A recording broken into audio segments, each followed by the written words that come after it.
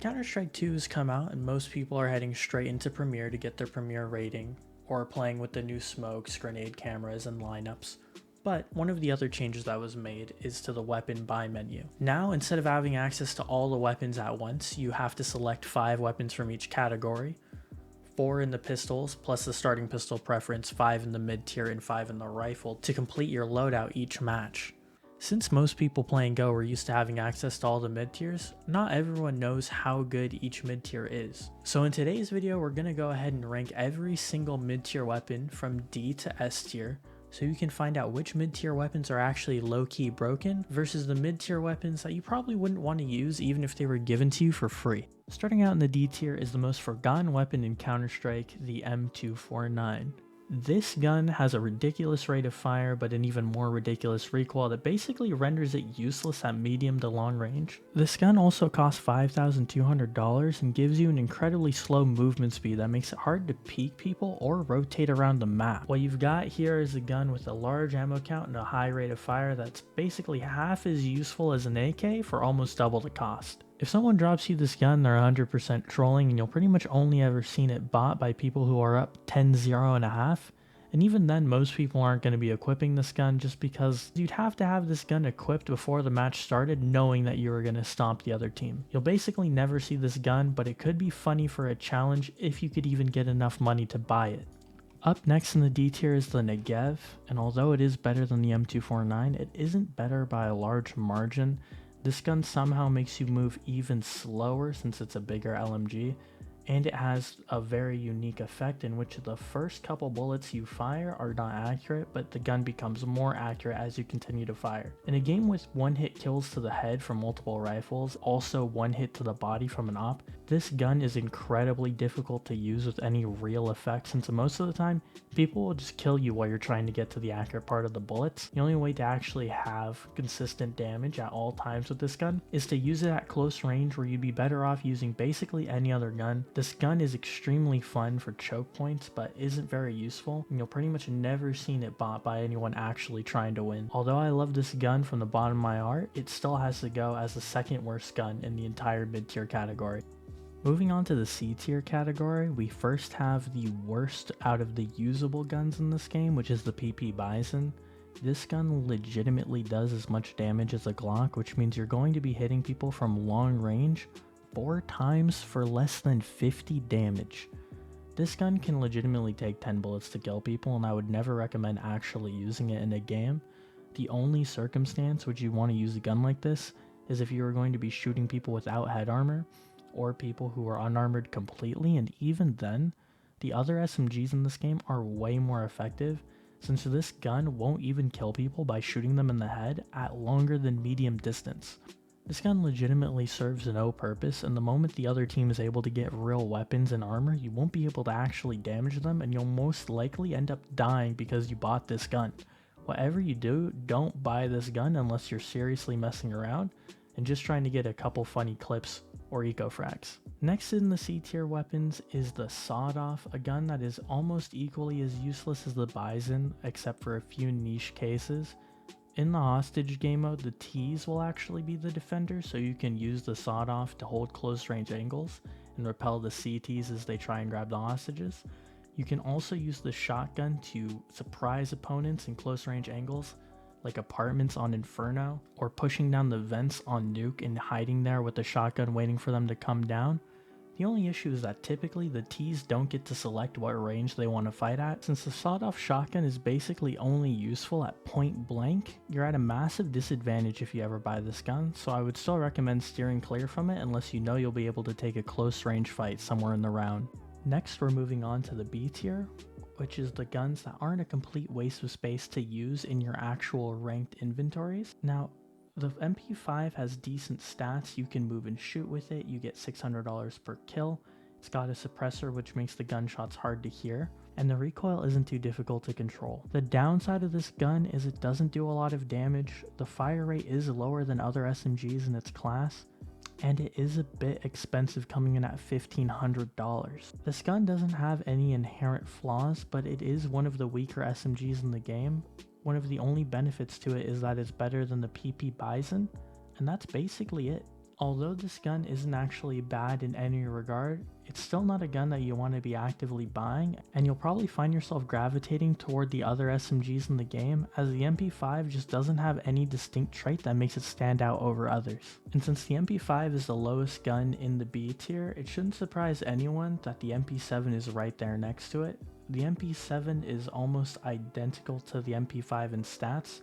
It's a little bit more accurate, a little bit easier to control the recoil, and it does function better than the MP5 even though it lacks a suppressor. That being said, this gun also costs $1,500, and you are committing a decent amount of money into an SMG to buy it, while still also not having any of the best in class features of an SMG. There are other guns that are cheaper and more effective than the MP7 while also being less of an economical commitment. At the end of the day, I really like the MP7, and I think if you're going to use the MP5 or the MP7, you should use the MP7. But that doesn't go far enough to justify buying this gun even once a game. And the last gun that's going in the B tier in this video is going to be the Nova. The Nova is definitely one of my favorite weapons in the game, and I think is extremely fun to use. It costs $1,050, and for that price you're able to one-shot people at close range with a shotgun that pays $900 per kill. This makes it extremely economically safe to buy on the CT side, especially if you're on a double save, as you can kill an opponent and then grab their gun, or kill an opponent and have a teammate grab their gun later on. The biggest downside is that this shotgun doesn't do a whole lot of damage, actually being one of the weaker shotguns, but it has more range than the sawed-off and can be bought on CT, which allows it to be a very good weapon if you need a cheap gun that's able to get kills at close range while also having very low risk. The only problem with this gun is its actual stopping power, as it isn't the best gun for actually killing people.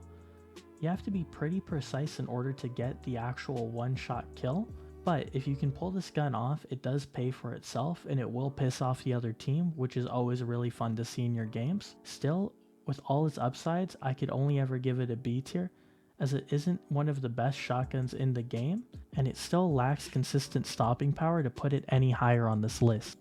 Coming up next is a gun that I think every new player loves and every old player hates getting killed by, and that's the P90. This gun does have the reputation of being a noob gun, but if you deep dive a little closer, it actually does have really good stats for what it is. The P90 has an extremely high rate of fire, good damage, and good running speed with a great running accuracy, which basically allows you to kill people full sprint while only having to worry about your own evasiveness. The biggest problem with this gun is that unlike all the other SMGs in the game, you only get paid out $300 per kill, and it costs $2,350, which is a major commitment for another SMG that doesn't have one-shot headshot capabilities against armored opponents.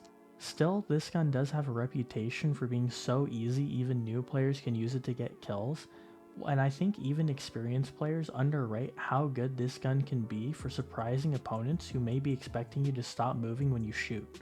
Although you should never buy this gun while your team is on a full buy, you can buy this gun if you have a little bit of extra cash while the rest of your team ecos to massively surprise the other team with the amount of firepower you possess. Although this gun has a lot of upsides, the price and the kill reward bar it from being any higher on this list. And although this gun has a reputation for being extremely noob friendly, if you ever buy this in your games, you'll find it to be surprisingly effective even against good players. The next gun in the A tier is the gun that most people probably associate with SMGs in Counterstrike, which is the UMP-45. The UMP basically has every stat at either the best or second best in class, and it's a great SMG for taking firefights at medium to close range. This gun has a moderate rate of fire and an easy to control recoil pattern, which allows you to take gunfights at medium range while also dealing out serious damage. This gun can do 80 damage to a headshot, and can even be a 2-shot kill at close ranges, while still dropping down to a 4-shot kill with a headshot against armored opponents at medium ranges. This SMG doesn't do any one thing particularly great, but it's a great all-arounder weapon while also only being $1,200, and also paying out the full kill reward of $600 just like the other SMGs barring the P90. Even though this gun has great firepower, it does struggle at close range where the other SMGs are either cheaper or just flat out better. This gun is probably the best weapon for medium range outside of the MP7, but due to the fact that most people are buying SMGs to take close range engagements, it does have a few key downsides that keep people buying other weapons more frequently. Although this gun doesn't do anything particularly wrong, it seems to be outclassed by other guns in the same category, and so it can't move any higher than this spot in the A tier. The next gun that's going to land itself in the A tier is actually the MAC-10, which gets here for a couple specific reasons. Number one, this gun is decently accurate while moving, allowing you to move and shoot like you would with the P90, but at less than half the cost. This gun also gives you the full $600 kill value while also being one of the cheapest weapons in class, at only $1,050.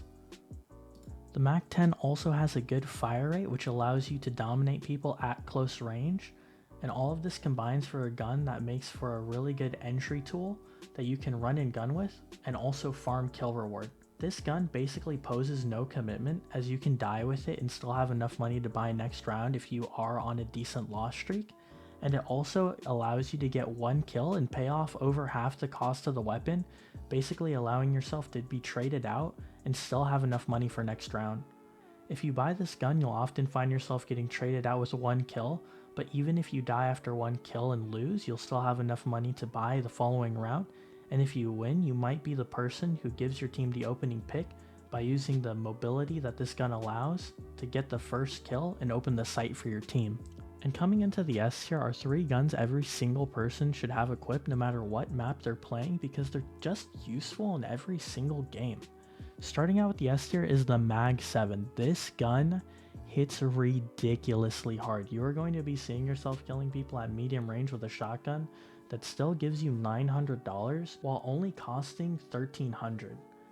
This gun pays for itself with one kill, but you'll easily be able to get multiple kills if you shoot and duck into cover and then pop back out for follow-up shots. This gun is extremely obnoxious to be killed by, but unlike the Nova, it's a lot more lethal and the one-shot range is extended, giving you easy one-shot kills on tons of angles around important choke points. Although the gun is a pump action, it is one of the best guns in all of Counterstrike, and if you don't have this equipped, you're going to be seriously missing out on a weapon that could help you win tons of your games and farm the economy.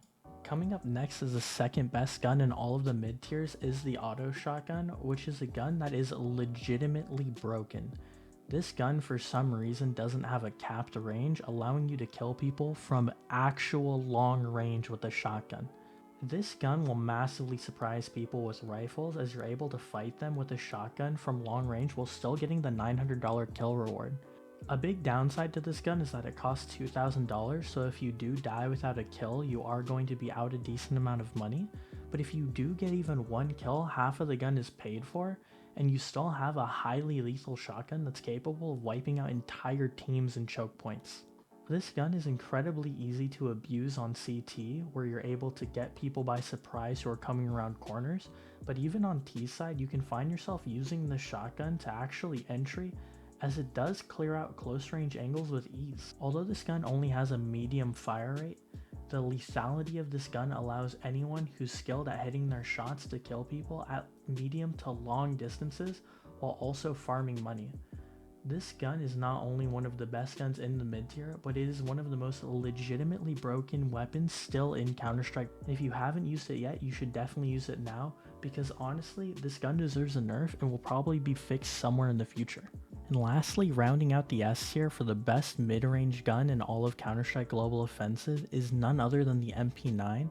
If you've been playing this game for a while, you know that this gun is absolutely busted, and if you're just getting back into Counter-Strike, you need to be abusing this gun.